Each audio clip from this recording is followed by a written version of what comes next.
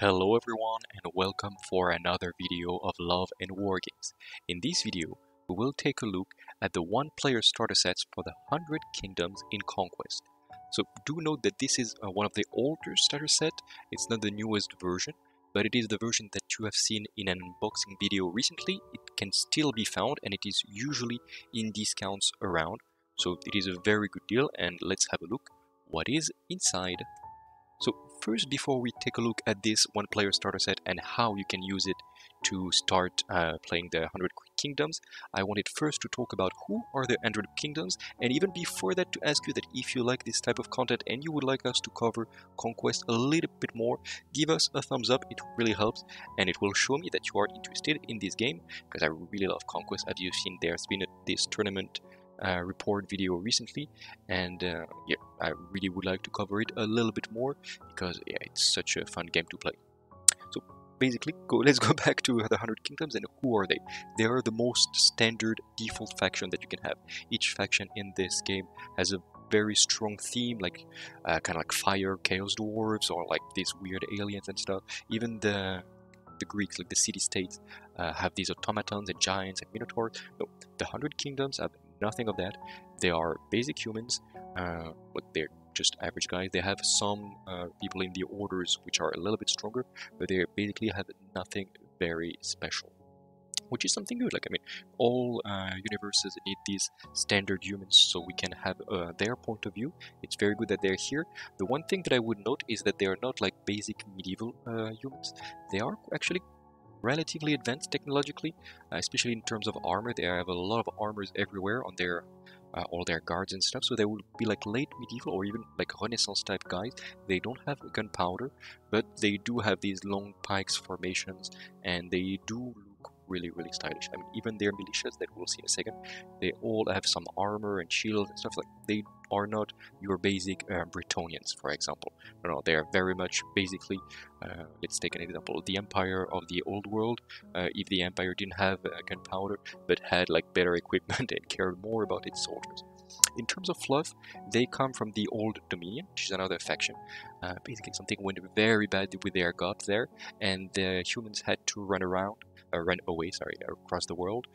Some of them founded the city-states, and some of them were just like refugees, and they made the 100 Kingdoms. So they are not really, it's not really like their choice to make a kingdom there. They are just trying to survive, and they are divided with a lot of lords and legions and orders and stuff.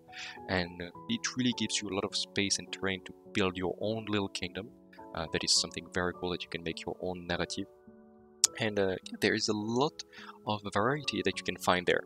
I mean, you can make a whole army of like religious militias that are led by priests. You can make noble lords, which is what we'll see now with the knights and guards and stuff. You can make the imperial legions. I will not go too much in the fluff, but they are remnants of the time where the 100 Kingdoms were united empire.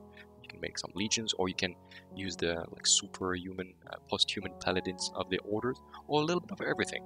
And this is the very interesting part of the 100 Kingdoms, is that you can really customize them to reflect your narrative, which is something that I really like. How do they actually play now? They are actually interesting in the sense that they don't have any brutes or monsters, like at all, and it's planned that they will never have this. So you only have infantry and cavalry. No giants, no, I don't know, minotaurs, no, nothing like that. They are, as we say, jack of all trades. They can do a little bit of everything. However, the thing to put in opposition is that their units are usually quite specialized. They do one thing, and they do it good, or at least point efficiently. And you don't have a unit that can, I don't know, shoot and then charge, then make some magic. No, you don't have any of this here. The cavalry is charging, the infantry is holding the line, the long bowmen are shooting, this kind of thing.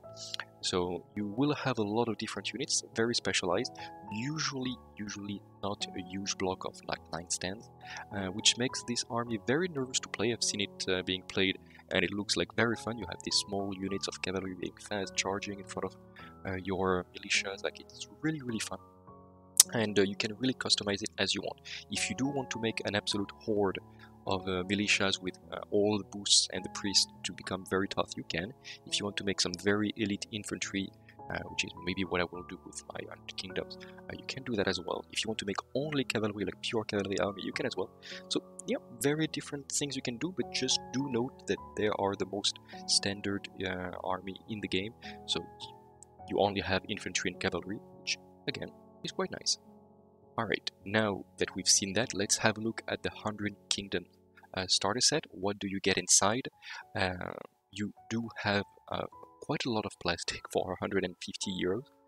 As you have seen during the unboxing, it's just so much. Like, these are large-scale miniatures. Like, they are larger than what you had for 28 or 32 millimeters games, such as Warhammer, for example, or I don't know, like Kings of War, of course. These are really big miniatures, and as you can see, there is a lot of guys that you get. First, you get the Noble Lord, which is actually in resin. I absolutely love the sculpt. Like, it looks very stylish. Still now, there is a new sculpt available, but I think I do prefer this guy, like looking downwards, putting out his sword. A very cool guy, and he will unlock all these units that are around. For those that don't know yet the details of the rule, the Conquest works with a system of warbands, where you can have up to 2 units in mainstay, which are like your basic availability units, and then you can unlock up to 2 restricted units, and for each mainstay you unlock a slot of restricted. So for example, the Militias are always going to be mainstay, so for each unit of Militia that you have, you unlock a restricted unit, and for example the Household Knights, which are here, are always going to be restricted. So you need at least, in the warband of the Lord, you need at least 1 unit of Militia if you want to put on the table on your list 1 unit of Household Knights. So you get 24 militias in total, so 6 stands. They can be built, each of them, either as militia with the shields and the spears, or as bowmen. We'll see in a minute how you can build it, what is the difference. You also have 12 elite infantry, so 3 stands. You can either build them as household guards, which is what you can see here on the picture, or as Gilded Legion. We'll see the differences and which one you should build. Spoiler, if you skip the video here, if you buy only this box, build them as household guards. We'll see a little bit later why. And finally, you have 3 household knights, so 1 cavalry per stand. It is kind of like, air quotes, the brutes of the 100 Kingdoms. They're not really brutes because they're cavalry, but yeah, they are your very high impact unit. You can only build them as a knight, so it's quite easier, and they are massive. I mean, they are huge. If you have a look at the unboxing, these horses really are large. Like, they're like small dragons, if you compare them to other games. You also get in this starter set the rule for version 1.5, but this is not the current version of the game. We are in 2.0. These are older boxes. This is what I've received from Parabellum, but be careful, this is not the current version of the rules. The rules are available online for free, so that is very nice indeed from Parabellum. We should hope that every game developer would have free rules, but it is not the case yet. The thing about this starter set is that you can find it on web stores online with some high discounts. Like, you can get it on some places for 100, 110 euros, which is a really, really good deal. I do want to mention, now that I will start to make a little bit more videos, that we do have an affiliate link with Parabellum, which is something that we've had for a while, but I didn't want to share it until I really learned to play the game and to see if I really liked Conquest or not. I didn't want to share this if I were only going to make a few videos, and I really love the game. So here, if you're going to buy on the eShop of Parabellum, you can use this code LOVE10 and it will give you 10% and give us also some money back from it. So in total, you gain money, I gain money. It's very good, and it actually helps me to well, I will not say to put some butter in my pasta, as we say in France, but it will help me to convince my wife that this is a good activity and I should make more videos. So if you do, thank you very much. But do note that if you want to buy this set specifically, I would recommend not to go on the Parabellum eShop, where you will have the latest version of the 100 Kingdom set, but I would recommend to have a look online on other web store or even at your local game shop, because there it should be in discounts, because they are cleaning the stores in order to make space for the new 100 Kingdoms starter set. And of course, we will cover the new 100 Kingdoms starter set in a later video, but do note that if you want all these militias, and they are quite good, this is the only starter set where you will have. They do not appear in the latest starter set. now that we have said this, let's have a little detailed look at each thing that you get in this start set. You have one Noble Lord, which is going to be your character, and as you can see from the stat lines, it moves 5 inches, not that much. It can shoot a little bit, but bad, and anyway doesn't have shooting attack. Clash 3, this is fine, but not that great. Let's remember that in Conquest, you need to make as low number as possible.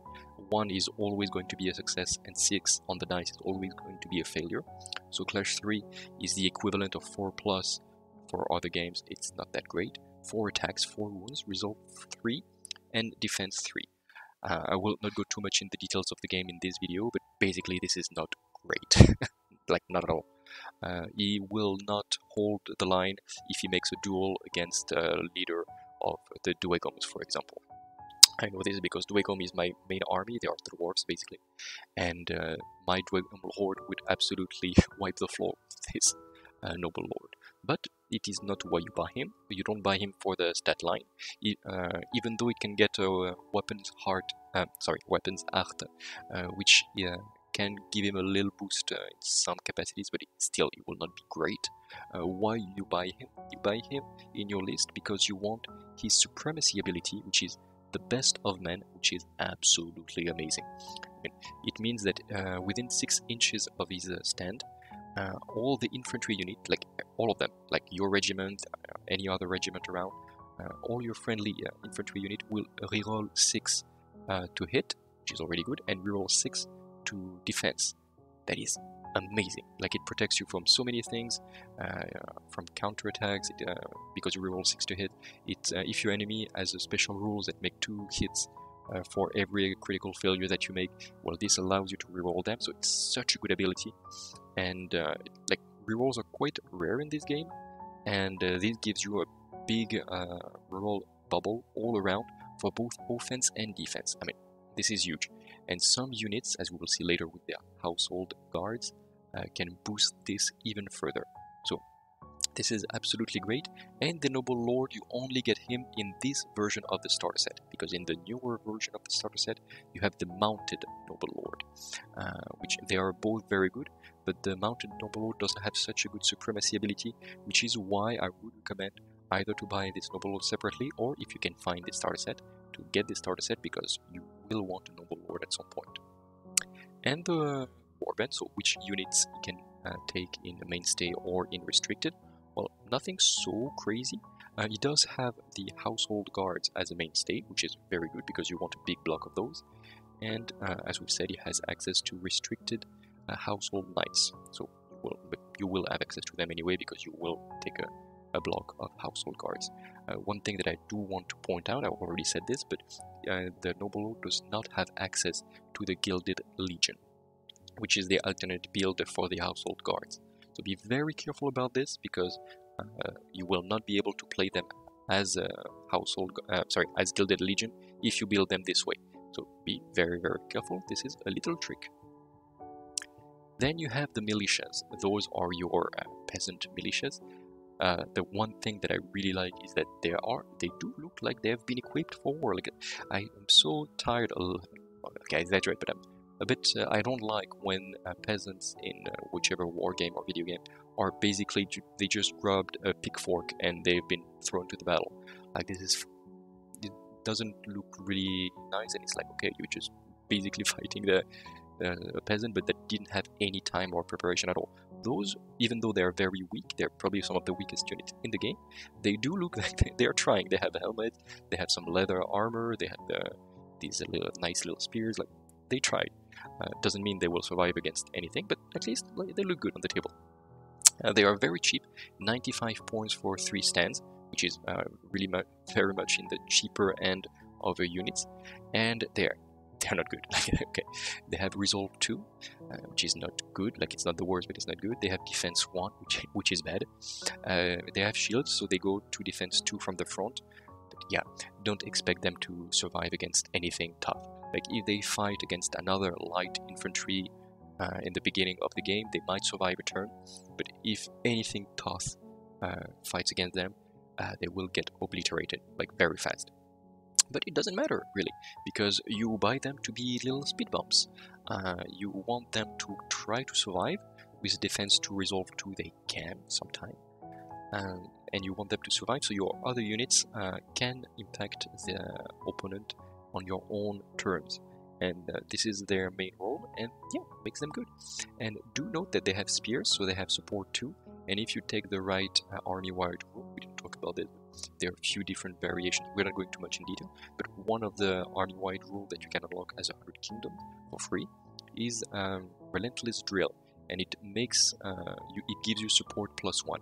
So it would make them support 3, which means that the stands that are in the back are going to go from attack 4 to attack 3, which is not such a big loss, which means that you can absolutely make a pack of 6 of them and not lose too much firepower, because the guys in the back will fight with support 3, which is almost their full potential, which is quite good. You can even go to a pack of 9 if you want. Okay, it starts to be a lot, but not impossible, especially if you give them some bonuses. You can give them a shield errant, which is an officer which is not in the box, but it's for later, I'm telling it. It makes them quite grindy. It gives them forever inspired, so they will always fight at Clash 3. Starts to be good, especially with support 3. And they can really hold the center with this. And you can also put them a Servite. You can only put one officer, let's remember. But the Servite gives them better resolve, so resolve 3, defense 2. It starts to be something. And it gives them better march as well. So yeah, starts to be interesting. And finally, you can put them Neophyte, which is also interesting, but better if you have priests in your list, because it gives them devout. There is a little combo to make, but it's not what I would recommend most of all, like first of all. Next unit that you can make with all your militias are the Militia Bowmen. Those are probably one of the most cheap unit in the game, potentially the cheapest unit in the game, at 75 points for 3 stands. That is crazy, but when you look at their stat lines, they have volley 1, clash 1, defense 1. Only their resolve is at 2, but this will not save them for long. They don't have any shield, so they will stay at defense 1. Basically anything will make them evaporate. But they're really cheap. It's barely more than 6 points per wound, so that is extremely cheap. And yeah, it's you don't buy them to be a killy unit. They have range 16, which is not that bad, so they can be a little bit annoying when they deploy. They can make a wound here or there, and I would consider like every wound that they can make at a distance is a bonus. Like you don't buy, when you buy them, consider they will do absolutely no damage, and use them for other purposes like blocking charges and engaging enemies that have impact attack, this kind of thing. And if you can shoot at someone and make a wound, consider this as a happy bonus. They can take the same officers as the militias, but I would not do that. Like I would keep them very cheap. I would keep them 3 stands and just use them as roadblocks, potentially even more than militia with shield and spears. Like they are cheaper, they can shoot, but at 75 points, just consider them as 75 points human shield for your knights, for your guards, etc. They are just here to absorb the impact of the enemy to die, and then next activation your guys can charge and gain all their bonuses on the charge, etc, etc.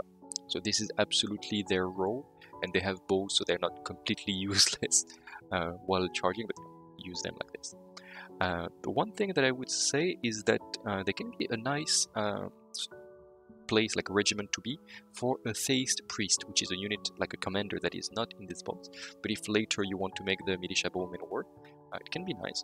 The half range of the Militia Bowmen is going to be 8 inches, which is the range within which you start to have a better chance to make some wounds, and the Theist Priest launches his spells at 10 inches.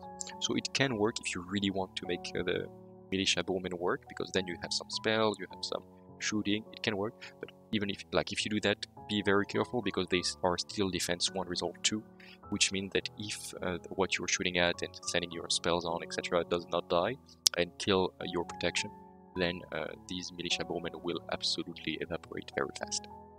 And now we start to have a look at the better units of of this box. Like, you don't only have cheap units to die in this box, you also have those guys that can really hold the line. Those are household guards, and they are one of the two kits or two versions you can make with the elite infantry kit. They are guys in a very high armor, and you can already see that they have much better stat lines. They have resolve 3, defense 3, so they don't die to just anything looking in their direction, which is good. They also have support with these big halberds, and that is going to be nice. You can have a large block of like 5 or 6 of them, even though you only have 3 in this box. If you later buy another box or have another way to reinforce them, you can absolutely go to a block of 5, 6, 7 quite happily, and you can even put the Noble Lord inside. I will tell you like the little combo that why you want the Noble Lord in there, but just put the Noble Lord in the front row, all the household guards like on the side and behind, and then you can have a very, very solid block. As we've said, like, there are support 2 basically, but they can go to support 3 for free with Relentless Drill, which is what I would recommend.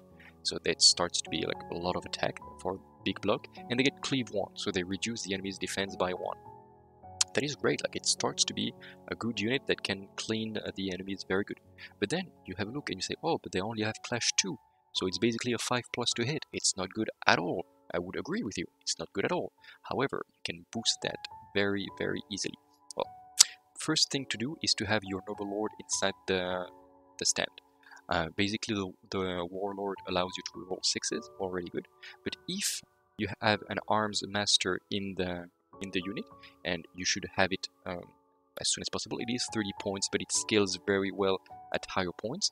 Then, if you have both a Noble Lord and an Arms Master, the Arms Master doesn't reroll 6, it gives +1 clash. So that means that you will have this block that will have a clash of 3 rerolling 6s. And when you are inspired, like on the charge, or if you are in a grindy fight, you will fight at clash 4 rerolling 6s. And that starts to be a lot. You are gonna put a lot of attacks through. It's like clash 4 rerolling 6. It is very reliable, and you do have a lot of attacks at cleave 1, support 3. Like, this is a good offensive unit. It is not that tanky with resolve 3, defense 3, but a big block will fight good against anything in the center. So that is a very good offensive unit. Even my Dwegoms would not be feeling very chill in front of that many attacks that hit so reliably. They are going to be compared, of course, with the Gilded Legion, which are not available in this box, like with the Noble Lord, but you can have them. The Gilded Legion, we will see them in a second, they are a little bit better, and well, they're very comparable. The Gilded Legion are better from the basic stat lines. If you put them an Imperial Officer, they do get better than the Household Guards. But if you buy this box, I would recommend making this little combo of Household Guards. Try to find another box to put them to 5 or 6 stands. Put the Noble Lord, and this is going to be a very, very cool looking block to hold the center. Plus, one thing in favor of the Household Guards, they have capes. The Gilded Legions don't. So I think you know which choice you should make here. Another thing in favor of the Household Guards, just before we go later, is that they are medium. So they can come on the table starting at turn 2, which is very interesting, while the Gilded Legion are heavy and will come at the earliest at turn 3. Okay, now we have a look at the Gilded Legion. They are a little bit more expensive than the Household Guards. The Household Guards were 135 points per 3 stands. The Gilded Legions are 145 points per 3 stands, so you basically pay 5 points more per stand. That is something to take into consideration. They are also harder to unlock. You need an Imperial Officer, mostly to unlock them, and they are restricted, while the Guards are a mainstay of the Noble Lord. That being said, they are good. They have a resolve 4, so better than the Guards. Defense 3, the same. And they can be boosted to very high level. Same support 2 that can be support 3, okay, but they have a very good officer, which is the Drills Master. It can give them +1 attack, so they support a little bit less good when this happens, but especially they get double time, which means that they can go very fast, and even if they are heavy, it means they can go up the board very good by moving, making like some sort of move, and they can compensate the fact that they are heavy. But it does require the Drill Master at +20 points. You will also know that they are natively at Clash 3 compared to the guards Clash 2. So yeah, and the big thing that they will have, like offensively, they're about the same, boosted compared to the household guards. Okay, but defensively, the big thing that they have on top of Resolve 4 is that they have Iron Discipline, which means they don't take extra damage from morale when they're attacked from the side, like from the left, from the right, etc. And they can also use their support from the side. So basically, the household guards really need to be careful not to be engaged on their flanks. The Gilded Legion doesn't care at all. So that is something quite important. And if you put the Imperial Officer inside this unit, which is something like the same as you would do with the Noble Lord for the guards, you would gain Bastion 1, which is quite good because this would boost them to Defense 4. And Defense 4 Resolve 4, it is quite tougher than what you get for the household guards. So yeah, I like the Gilded Legion as well. These all armored guys, like they look cool even though they don't have capes, but yeah, it's a little bit annoying. If you do make the mistake of building them as Gilded Legion, or you like Gilded Legion very much because of the style, for example, you can absolutely say that in a friendly game or even in a tournament, you can say like, yeah, all my Gilded Legion, they're actually household guards. Just be sure and clear with your opponents before, but yeah, they look similar enough that they can work as proxies. One thing I want to say also at the end, before we switch to the next unit, is that the bonus that you can get from their officer, which is the seasoned veteran, it is Bastion 1, and the Imperial Officer also is Bastion 1, and neither of them is Bastion +1. So they do not stack with each other. So if you have an Imperial Officer with Bastion 1 in the pack, don't give them a seasoned veteran. It will not do anything at all. Better to indeed have the Real Master for double time and +1 attack, which is really what they want. And finally, we're almost there. The last unit of the box is the Household Knights. Those guys are absolutely menace. They are 140 points, relatively cheap, I would say, for what they do. They have a lot of attack, defense 3, resolve 3, so they don't die so easily either. They have only a clash of 2 but 5 attacks, so alright. But why do you get them? It is for their charge. When they charge, they have impact 3 and brutal impact, which means that every unit that makes a charge will make, every stand that makes a charge will make 3 attacks at armor piercing 1. So that starts to be quite good. You have ways to boost that, and that is even before you make the attacks. So basically, if you make the little combo we talked about with some militias in front to take the charge of the enemy, let's imagine the militias die or whatever. Okay, your household knights are going to charge. What is going to happen then? You're going to make 3 attacks per stand at brutal impact 1, so it is already going to be quite good. Then you're going to make 5 attacks per stand at clash 3 without brutal impact, but that is going to be a lot of dices you're going to throw at your opponent for only 140 points, and you are fast. Like, you can go on the flanks easily. Like, they are very good flankers, or they are good also. Like, don't only see them as skirmishers. They are not. They are very tough, and they are made to be in the center to go against your opponent's strong units and make them a lot of damage through their charge and hopefully kill them. And the one thing the household knights really don't like is enemy fast units, because the knights want to be charging, and if your enemy manages to charge you even with a very cheap unit, then you're very upset, because you might not be able to kill them back and to like break from the combat, and you really want these impact attacks and getting expired, because that is how you play these units. Otherwise they will not pay their points cost back.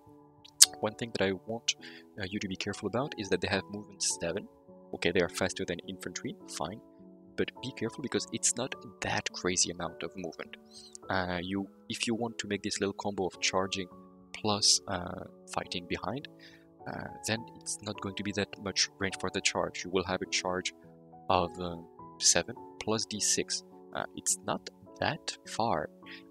Be careful with that, and this is why you want some very cheap militias in front of you, so you can get very close to the opponent without risking a charge, and yeah, that's how you want to play them.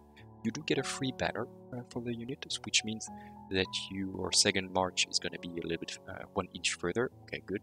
And especially you will reroll charges all the time with them, which is important because you really don't want them to miss their charge.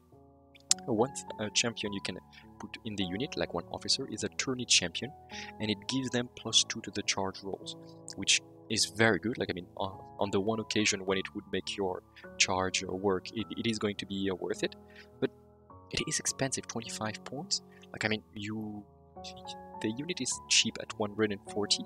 If you put it at 165, it starts to be quite an investment. Consider that for the price of 3 tourney champions, you can buy a whole squadron, like a whole regiment of Militia Bowmen, and maybe this is the way to go. Like, at least the Militia Bowmen will bring wounds to the table. They can start to take the terrain as being light units. They can even shoot. Like, maybe better to buy 1 extra Militia Bowmen unit than getting tourney champions for your household knights regiments. The last thing to say about them is that 140 points, it is quite a good deal you get for them, but if you want to make extra stands, it starts to, like, it adds 60 points. That is a lot. Like, I mean, it means that if like, you do get a discount for the first unit, because 60 points times 3, they should cost 180 points. That is quite a lot. So I would say always keep them as cheap as possible. If it was not so, it would be interesting to make a big unit and then tourney champion, but no, like, just don't add any stand ever. Maybe one stand, it would put them at 200 points, and okay, 4 might be their sweet spot, but it's quite hard to just buy an extra household knight how to make it fit. But if you would want, this would be a good way to make it, but it's the maximum. Don't put them at 5 stands, it starts to be diminishing returns. So keep them at as minimum squad units, and this way, like, even if you lose a squadron of 3 household knights because you failed your charge, it's fine. If you fail your charge with 5 or 6 stands of household knights, it is going to be quite a worse situation for you. Do note that if you do get a mounted noble lords, and we will see later there are ways to buy it quite efficiently, you will want the noble lord on this horse to be with his household knights. And now just a couple lists, so you don't have that many units in the box, like not enough for making a full 2000 points game, but I just wanted to show you what you can do with it. So basically, if you take everything naked, you have for a little bit more than 500 points of units, between the noble lord, the militias, the household guards, etc. Like, you are gonna have a bit more than 500. Okay. That is far from being enough for making a 2000 points game, though you can absolutely make a little practice game at this level against someone else that would be at around the same points cost. Of course, if the guy is playing Dwegomes, he will not have a lot of units at 500 points, but it is good to start to learn the game and making a little practice game. The list that is a little bit more interesting that I wanted to share is, what if you like the units that you have and you want to boost them a little bit to have a competitive list? So this is 945 points, so quite close to being 1000 points if you want to make a 1000 points game, and it is a good core of the units. Then you can put and add some extra things left and right, but it is going to be efficient. You have the noble lord and you give him 2 relics.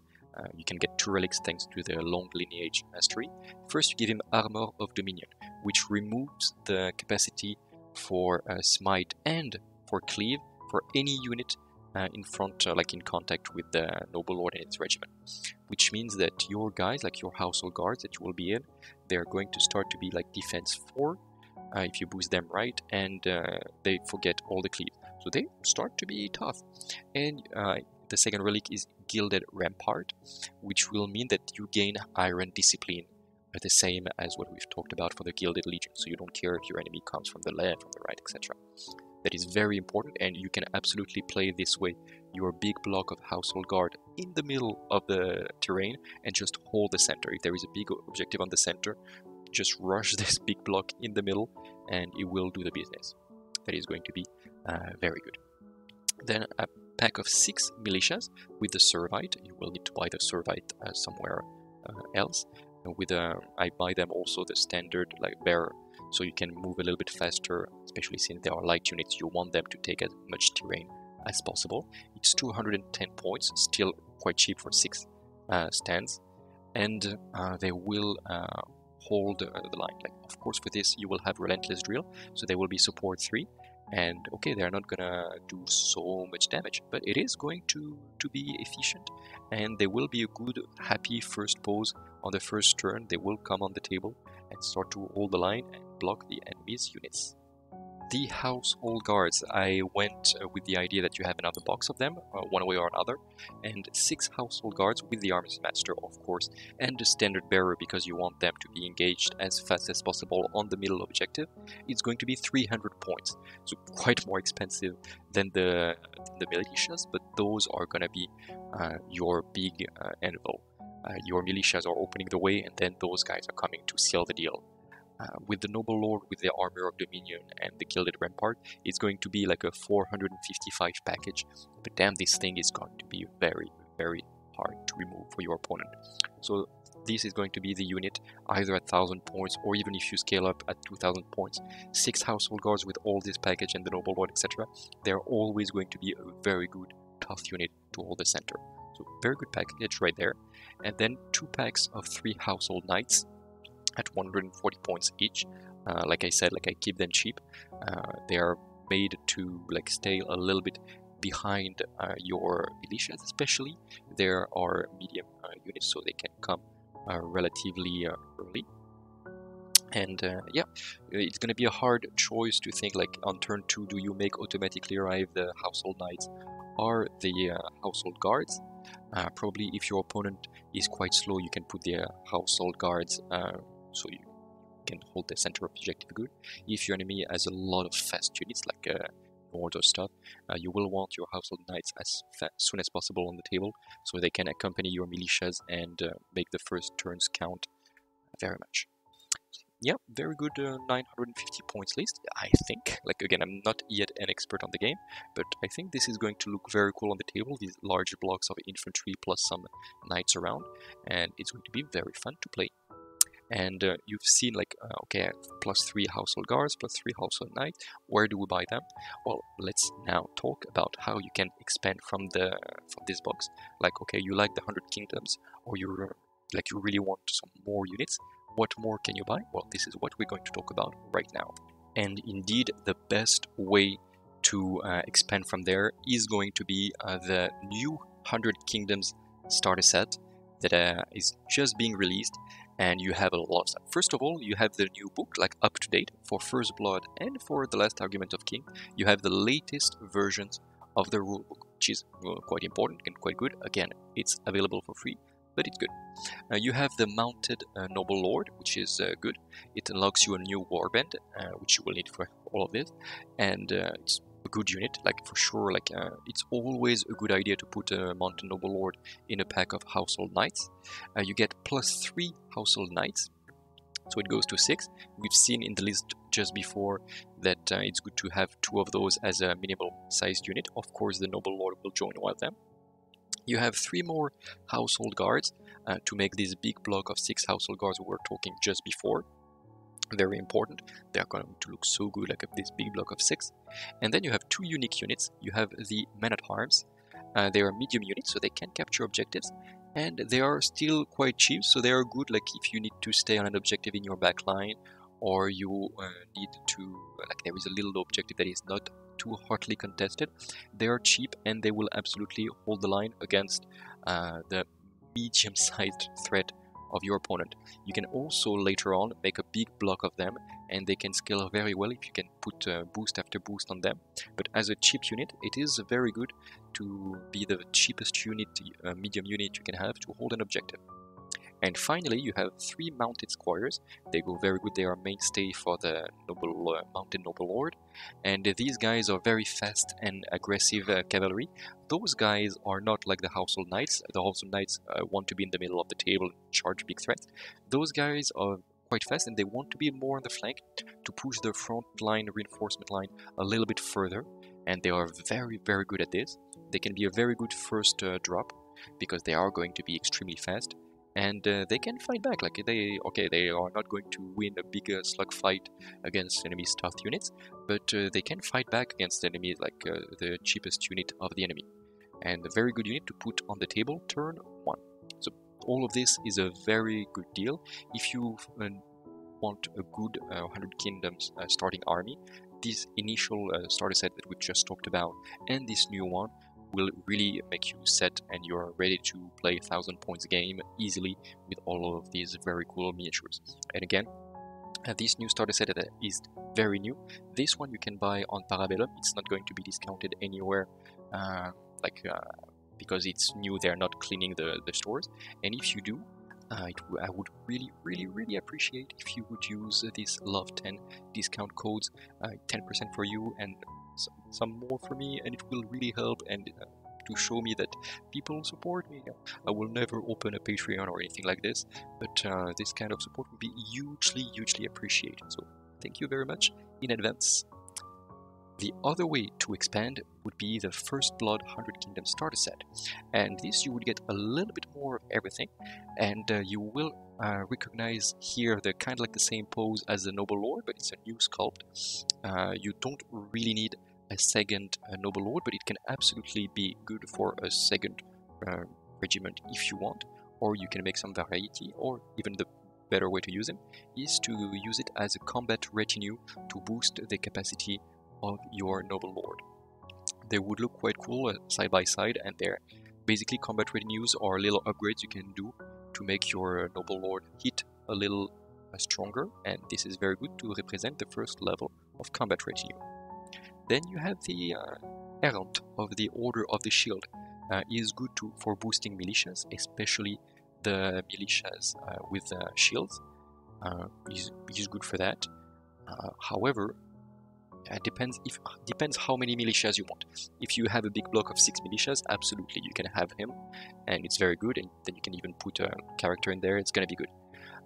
Otherwise, you can also put him as a combat retinue, and it would boost your Noble Lord to combat retinue 2, and that starts to be good. So yeah, always good to have these nice cool looking miniatures. Then you have just one single Household Knights, which is good if you want to put one of your pack of Household Knights to 4 stands, and yeah, you don't need more. It's always good. At 5 it starts to be too much, but a pack of 4 it is going to be efficient. You also have 4 militias, so an extra stand. So if you include the original 100 Kingdom starter sets, it would put you to 7 stands in total. You can start to make quite a big pack with that. A pack of 7 is no joke, and you can start to focus on militias, or having a little bit extra standing power and more cheap wounds on the table is never bad. You also have 4 of these Gilded Legion, but you can build them, of course, as household guards. This is a good way to make your pack of 3 household guards to an effective of 4, or you can put your pack of 6 to 7 if you did buy also the new starter set. A pack of 7 is a lot of points, but it is so efficient. Like, I mean, I don't see why not. Like, you can absolutely make this big pack with the Iron Discipline that we've talked about in the list, with all the armors and stuff. Like, it is going to hold the center for sure and be the big threat in your list. So that is good. And finally, you have these Hunter Cadre. You can build them as other units as well, like Bowmen and stuff. But the one thing I want to say is those miniatures are cool. You can proxy them as Militia Bowmen if you want. But if you want to play them as the unit they are supposed to represent, you will need to buy an extra box. So either as proxy for Militia Bowmen, either you keep them later on when you will buy an Intercadre box, which is actually quite a good box. Like, yeah, they are quite efficient, especially the alternate elevations you can build from them. If you do buy them, then you will have an extra stand for there. And of course, if you want to play First Blood, the skirmish version of the game, the Intercadre is very good, and all these units are going to be very cool and very fun to play in First Blood. And finally, I could not stop this how to expand part without talking about my absolute favorite units for the 100 Kingdoms, which are the Orders. I mean, just look at them. They look brilliant. Okay, they are huge. There are currently 3 sets that have been released. The newest one are the Order of the Ashen Dawn right here for 70 euros, but those things are massive. Like you might think like 3 models for 70, that is a lot. Just try to find a look, like if you find someone doing an unboxing or just seeing them on the table, they are absolutely massive. Those things are like big dragons, like they are huge. So you have them as great paladins. You also have the Order of the Crimson Tower right here, and the commander of the Crimson Tower that is here. And the Crimson Tower are 60 euros, and the Priory Commander is at 30 euros. Now, the Priory Commander, you will need him. It costs 110 points. He's a good fighter, and it unlocks the Crimson Tower as mainstay and all the other orders as restricted. So you can have this little guy unlocking those 3 guys as mainstay, and then you have the Ashen Dawn as a restricted. The Priory Commander, nothing specific to say about him. He's a good commander. At First Blood, he's going to be an absolute beast. Like all the orders, they are so great at First Blood, but even in the last arguments of King, they are great. The Order of the Crimson Tower, where you will put, of course, the commander inside, they are very, very threatening. They cost 200 points, so you can see they are heavy. You can see they are quite expensive, but they are so brutal for the impact. Everything we said about the Household Knights is even more true for these guys. They really want to be charging. It's very important for them, so do buy them all the upgrades and stuff, and units to protect them, etc. The militias, blah blah. But when they do charge, they have impact 4, so 4 attacks per guy, and brutal impact 2. You can even have higher impact if the Priory Commander is your warlord. But this is insane. Like these guys will absolutely obliterate anything they charge, and they want to be charging a lot. So be careful with them. You don't want them to be engaged by small units. They can flank them, etc. But when you do play them correctly, I mean, impact 4, brutal impact 2. Not many people will look at this and laugh, like at all. Plus they have terrifying 1. I mean, this is insane. Those guys are very strong. And something even more insane is or the Order of the Ashen Dawn. These guys, first of all, they look amazing. They remind me of my paladin when I was playing World of Warcraft, especially the horses like this. They look extremely cool. They cost 240 points for 3 stands. That is crazy. Like that is a lot of points for a unit. But they also have very good impact. They have 6 attack each at cleave 4 and at clash 4 and cleave 1. That is crazy. They are blessed, so they can be very tough or very offensive depending on what you want. But, I mean, cleave 4 blessed, which means they will reroll 6 attack. These guys are gonna slaughter anything. From the front, they are defense 4, resolve 5. They are fearless, so you cannot put their resolve lower. I mean, those guys are absolute unit. They need a little bit less than the Crimson Tower to be charging. Even if they get in a grindy fight, that is going to be still fine for them, even though they really want to be charging, of course. And these guys are absolutely an endgame unit. You put them in the center of the table, and they can go toe-to-toe with basically anything your opponent has. They only have cleave 1, only, let's say. So if your enemy has very tough defense 5 units with hardened 1, which can happen against Dwegoms, they might not be the best unit to deal with that, but apart from these like cheesy, super tanky units, nothing will look at them and be happy to fight them, like at all. And this is how you can start playing the 100 Kingdoms for Conquest using the 1-player starter set. I hope you found this video informative. If you did, please give us a thumbs up, it really helps. Give us a comment. I am starting the game, so the Conquest, and I might have some rules misinterpreted. I really try to check everything before I put them in this presentation, but if anything is wrong, please let me know in the comments. If you like this type of content, or you would like to just say hi or tell us if you like this direction or not, do let us know in the comment. I will try to cover a little bit more Conquest right now and keep the same rhythm of video release for Dystopian Wars, so it's going to take a little bit of time. But yeah, I really enjoyed my time at the Tournament of Conquest, and we will put some battle reports soon. First, battle reports for First Blood, because it's hard to get all these miniatures painted fast, and then we'll make battle reports for the last argument of game. I hope you enjoyed this video, and until the next time, please do take care of yourself, take care of all those around you, and keep spreading the love all around. Bye!